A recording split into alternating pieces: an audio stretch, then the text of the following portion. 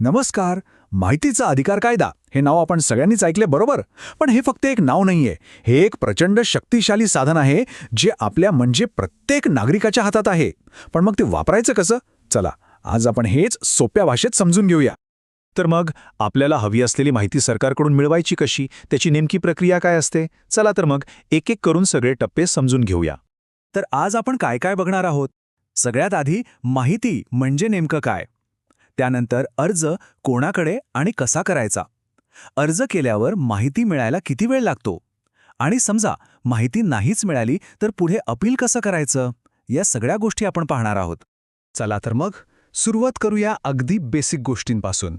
म्हणजे सगळ्यात आधी हे समजून घेऊ की या कायद्यानुसार माहिती म्हणजे काय आणि ही माहिती आपल्याला द्यायला कोण बांधील आहे. तर माहिती या शब्दाची व्याख्या पाहिली तर ती खूपच व्यापक आहे.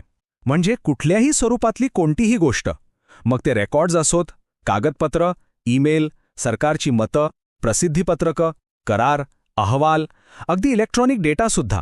थोडक्यात सरकारी संस्थेकडे असलेलं जवळजवळ सगळंच यात येतं. आणि ही माहिती द्यायची कोणी? तर सार्वजनिक प्राधिकरणाने. आता सार्वजनिक प्राधिकरण म्हणजे काय? तर आपलं संविधान, संसद किंवा राज्य विधानमंडळानं स्थापन केलेली कुठलीही संस्था.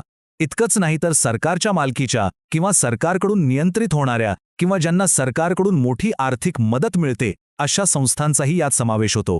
म्हणजे सरकारी विभाग तर आलेच, पण सरकारी कंपन्या आणि काही NGO सुद्धा या कायद्याच्या कक्षेत येतात. ठीक आहे, तर आता आपल्याला हे कळलंय की आपण काय मागू शकतो आणि कोणाकडून, पण अर्ज नेमका द्यायचा कोणाकडे? या सगळ्या विनंत्या हाताळण्यासाठी एक विशिष्ट अधिकारी नेमलेला असतो. चला त्यांच्याबद्दल जाणून घेऊया. या अधिकाऱ्याला म्हणतात जनमाहिती अधिकारी किंवा पब्लिक इन्फॉर्मेशन ऑफिसर, म्हणजे PIO. प्रत्येक, आणि हे महत्त्वाचं आहे, प्रत्येक सार्वजनिक प्राधिकरणाला असा एक अधिकारी नेमावाच लागतो. माहिती मिळवण्यासाठी आपला पहिला संपर्क याच अधिकाऱ्याशी असतो. आणि या जनमाहिती अधिकाऱ्याचं काम फक्त आलेले अर्ज स्वीकारून माहिती देणं इतकंच नाहीये. त्यांच्या काही महत्त्वाच्या जबाबदाऱ्या आहेत, जसं की अर्जदारांना माहिती देणं. समजा कोणाला लेखी अर्ज करता येत नसेल तर त्यांना मदत करणं. इतकंच नाही तर दिव्यांग व्यक्तींना कागदपत्र तपासण्यासाठी मदत करणंही त्यांची जबाबदारी आहे.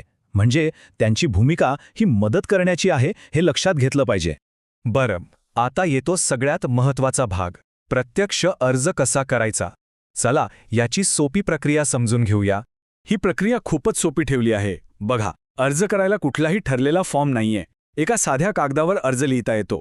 तो इंग्रजी, हिंदी किंवा आपल्या राज्याच्या अधिकृत भाषेत म्हणजे मराठीतही चालतो. अर्जात आपलं नाव आणि पूर्ण पोस्टल पत्ता स्पष्ट लिहा. आणि हो, आपल्याला कोणती माहिती हवी आहे ते अगदी नेमकं आणि स्पष्ट लिहा. हा अर्ज आवश्यक फीससोबत संबंधित विभागाच्या जनमाहिती अधिकाऱ्याकडे सादर करायचा. बस, इतकं सोपं आहे. आता यासाठी फी किती लागते? तर फक्त 10 रुपये. आणि एक महत्त्वाची गोष्ट म्हणजे जे नागरिक दारिद्र्य रेषेखाली आहेत त्यांना ही फी सुद्धा माफ आहे. अर्थात त्यासाठी त्यांना पुरावा द्यावा लागतो. आणि हा सगळ्यात महत्त्वाचा मुद्दा, आपल्याला माहिती का हवी आहे याचं कारण देण्याची अजिबात गरज नाही. का? कारण माहिती मिळवणं हा आपला हक्क आहे.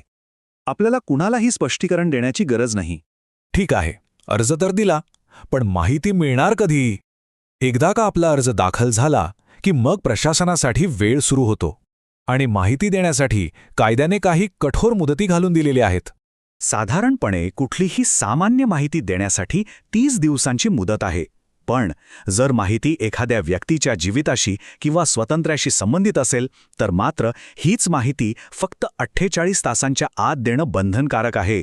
विचार करा, यात किती तातडीची भावना आहे. पण समजा 30 दिवस उलटून गेले आणि उत्तरच आलं नाही, किंवा जे उत्तर आलं ते समाधानकारक नाही, अपूर्ण आहे. मग काय करायचं? इथेच आपली प्रक्रिया संपते का? नाही. अशावेळी कायद्याने आपल्याला अपील करण्याचा अधिकार दिलाय. आणि ही एक 2 स्तरीय प्रक्रिया आहे. पहिलं अपील हे त्याच कार्यालयातल्या जनमाहिती अधिकाऱ्यापेक्षा वरिष्ठ अधिकाऱ्याकडे करायचं असतं. आणि तिथेही समाधान झालं नाही तर मग आपण दुसरं अपील थेट राज्य माहिती आयोगाकडे करू शकतो. अर्थात या अपिलांसाठी सुद्धा वेळेचं बंधन आहे. जनमाहिती अधिकाऱ्याकडून उत्तर मिळण्याची मुदत संपल्यापासून किंवा त्यांचं उत्तर आल्यापासून 30 दिवसांच्या आत आपल्याला पहिलं अपील दाखल करावं लागतं. आणि पहिल्या अपिलाचा निर्णय आल्यानंतर तिथून पुढे 90 दिवसांच्या आत आपण दुसरं अपील करू शकतो. आता इथे अजून एक संकल्पना समजून घेणं गरजेचं आहे. त्रयस्थ पक्षाची माहिती म्हणजे काय? तर अशी माहिती जी अर्ज करणाऱ्या व्यक्ती किंवा माहिती देणाऱ्या सरकारी संस्थेशिवाय तिसऱ्याच कोणा व्यक्ती किंवा संस्थेशी संबंधित आहे. अशावेळी माहिती देण्याआधी त्या तिसऱ्या पक्षाला त्यांची बाजू मांडण्याची संधी दिली जाते. त्यामुळे याला थोडा वेगळा नियम लागू होतो. आता काही परिस्थिती अशा आहेत जिथे आपण अपीलच्या पायऱ्या न चढता थेट राज्य माहिती आयोगाकडे तक्रार करू शकतो. कधी? तर समजा एखाद्या कार्यालयात जनमाहिती अधिकाऱ्याची नेमणूकच झालेली नाही किंवा त्याने माहितीची विनंती थेट नाकारली, वेळेत काहीच उत्तर दिलं नाही किंवा अवास्तव फी मागितली, आणि सगळ्यात महत्त्वाचं, जर आपल्याला असं वाटलं की दिलेली माहिती अपूर्ण, चुकीची किंवा दिशाभूल करणारी आहे, तर आपण थेट आयोगाकडे जाऊ शकतो. तर हा कायदा म्हणजे पारदर्शकतेचा एक हक्क आहे. तो आपल्याला प्रश्न विचारण्याचं आणि प्रशासनाला जबाबदार धरण्याचं सामर्थ्य देतो. आता खरा प्रश्न हा आहे की जर पारदर्शकता हा आपला हक्क असेल तर या हक्काचा वापर करून आपल्या समाजाला अधिक चांगलं, अधिक मजबूत बनवण्यासाठी अशी कोणती एक सर्वात महत्त्वाची माहिती असेल जी आपण मिळवली पाहिजे? विचार करा.